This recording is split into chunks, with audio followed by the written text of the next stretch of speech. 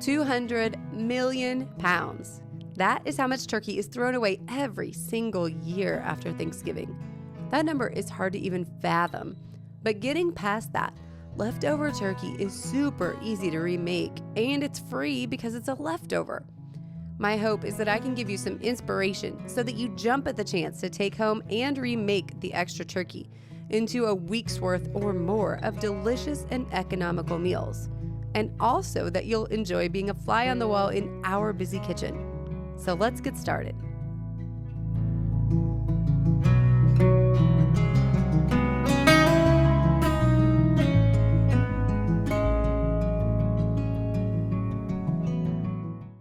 Thanksgiving came early at our house, and if you haven't checked out our Thanksgiving video, you can make sure to look back a couple weeks and see everything that we did to have an amazing meal. But now it's time to see what we're going to do with those leftovers. We had a huge turkey. It was so delicious on day one, but I have just always found that I don't like it the next days going forward. I don't want to reheat that same Thanksgiving meal and eat it over and over again, and I don't want to take big old chunks of that turkey and slap it on some bread and call it a sandwich.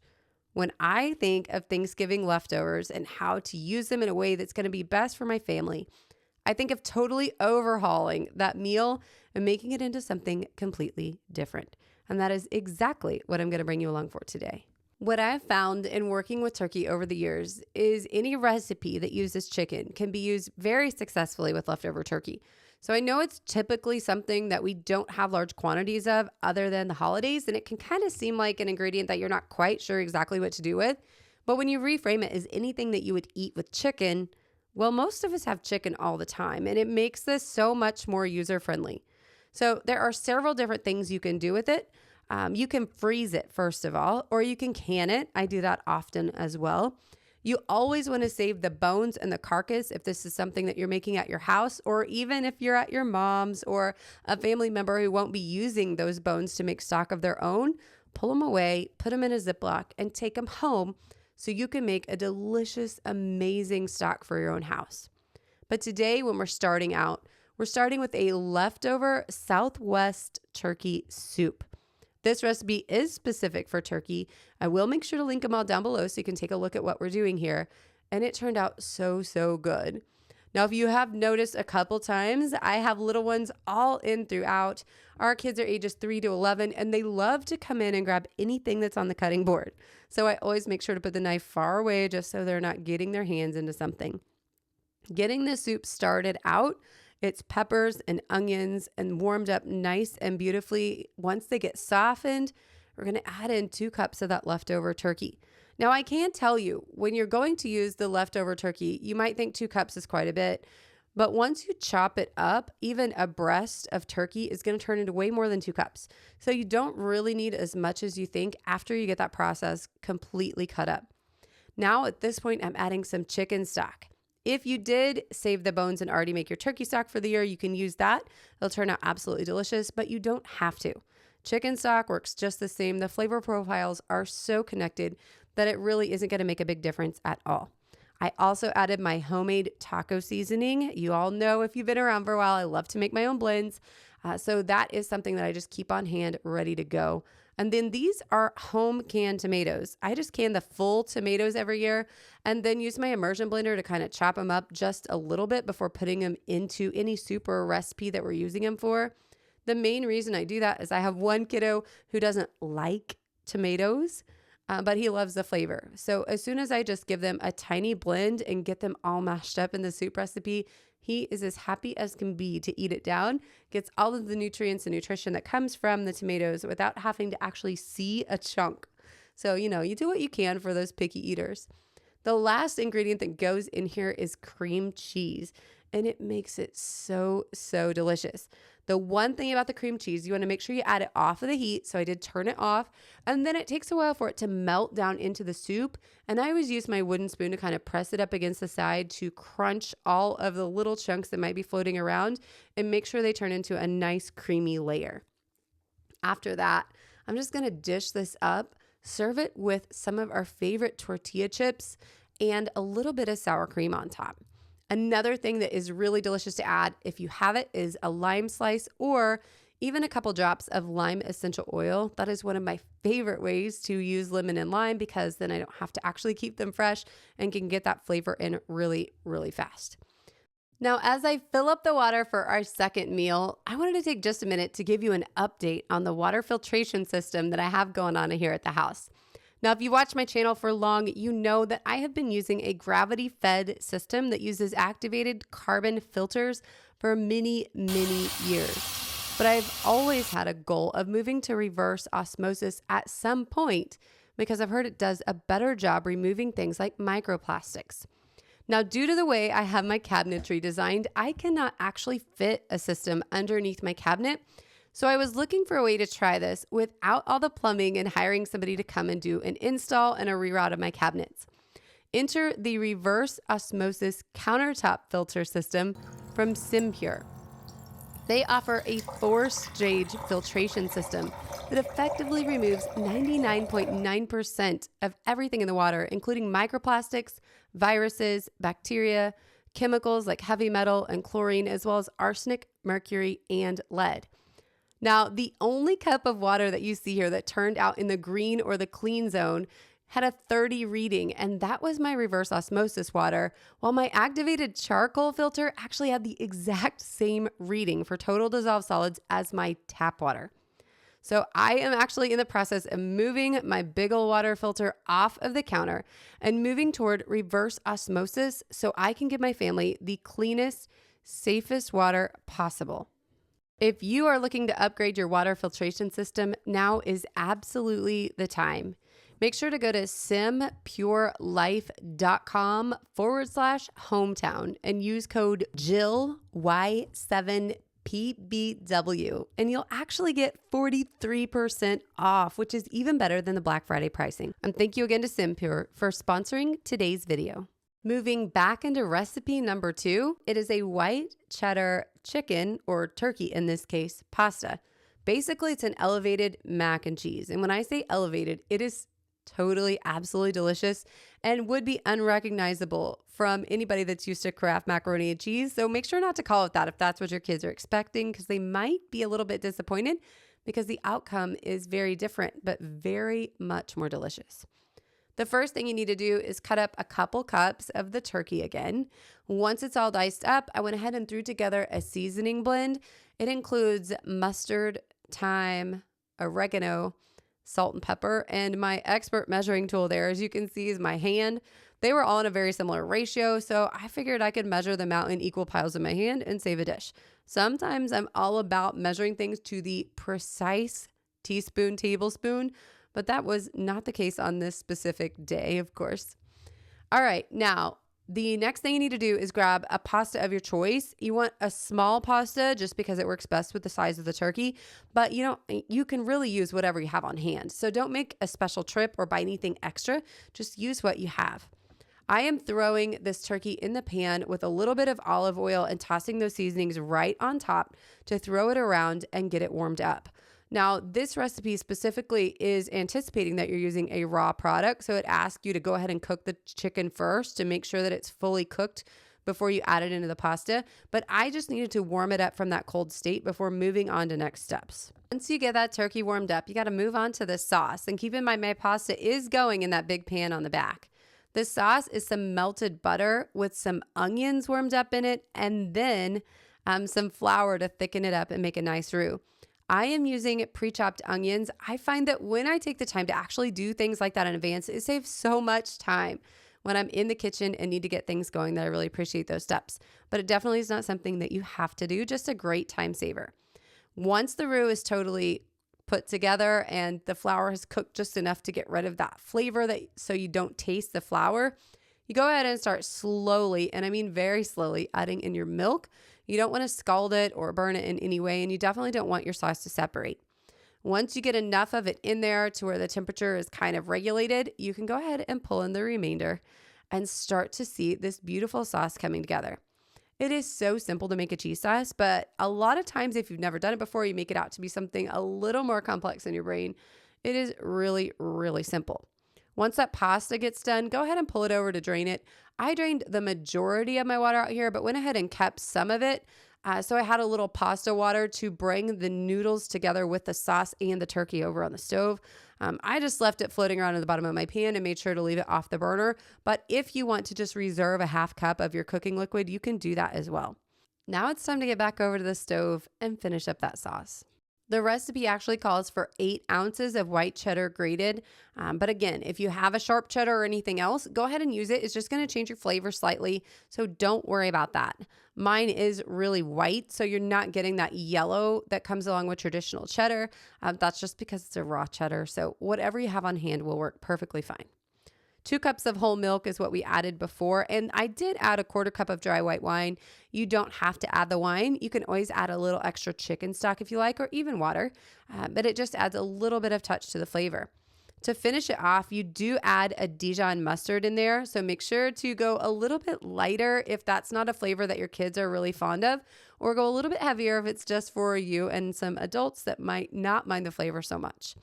To the mixture, I'm just throwing the pasta straight in, and then we're going to toss it, get it warmed up and ready to go. I can't exactly put my finger on it, but recipes made with leftover turkey are often requested multiple times in my house.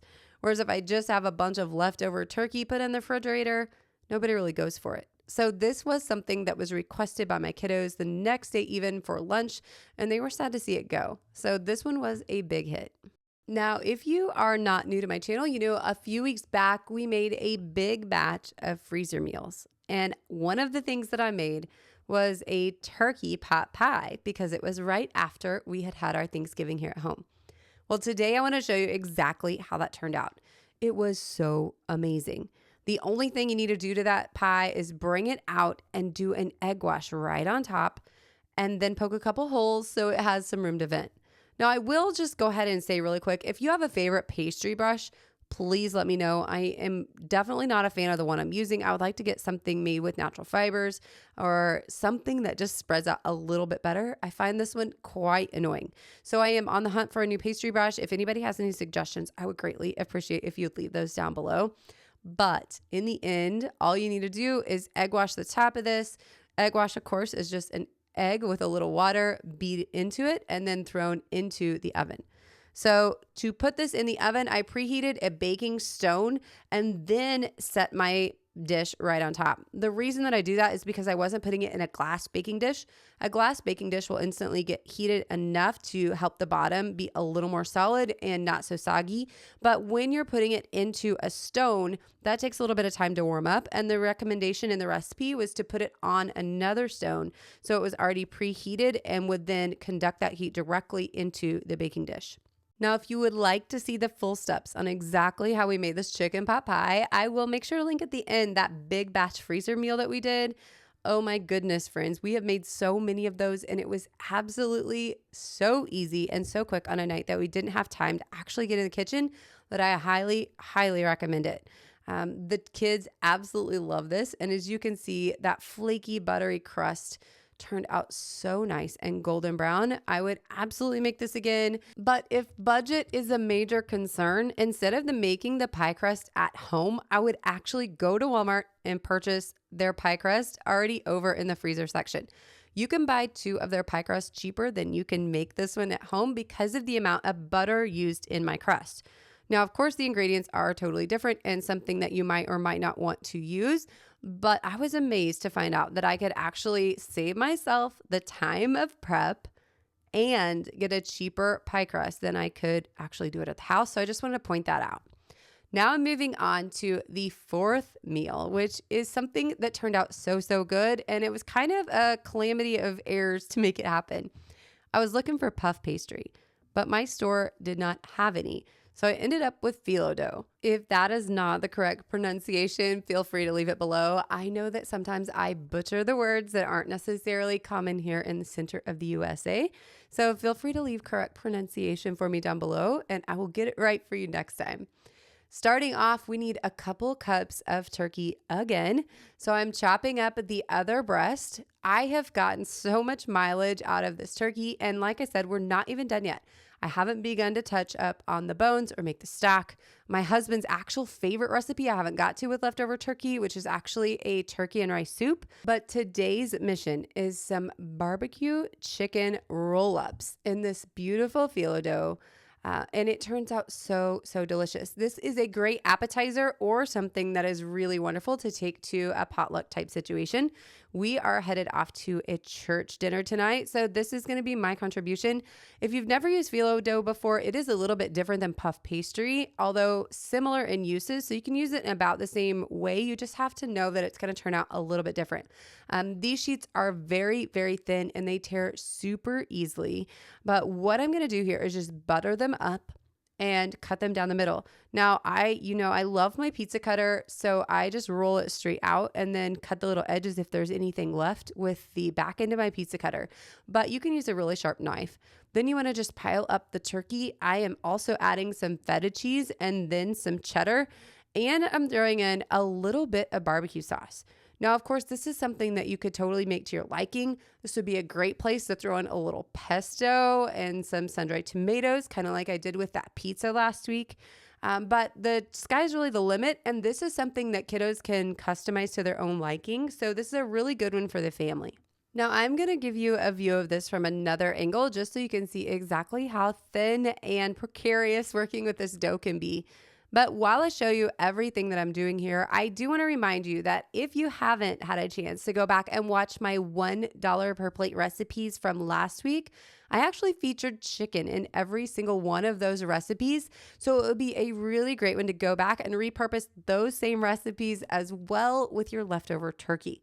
They are all slightly different. I made sure to not duplicate anything, not only for you all, but because my family loves to change it up. So if you haven't had a chance to go back and see that, definitely take the chance to do so. And also realize just how economical any of these poultry leftover recipes can be for your home, as well as how absolutely delicious they can be at the same time. I will give one quick pointer on working with a dough like this. It's really important that it does not dry out or it'll start to tear very quickly. That's why you see me with a wet towel on top of my stack, only using 2 sheets at a time. Each one of these roll-ups is getting 2 sheets, a little bit of butter, then we cut and add the ingredients. So working with it and keeping it damp is very important to the success of this. Otherwise, it's going to break on you and you're not going to have a product at the end that you actually like. Now, with the butter that is left over, go ahead and brush the top of them.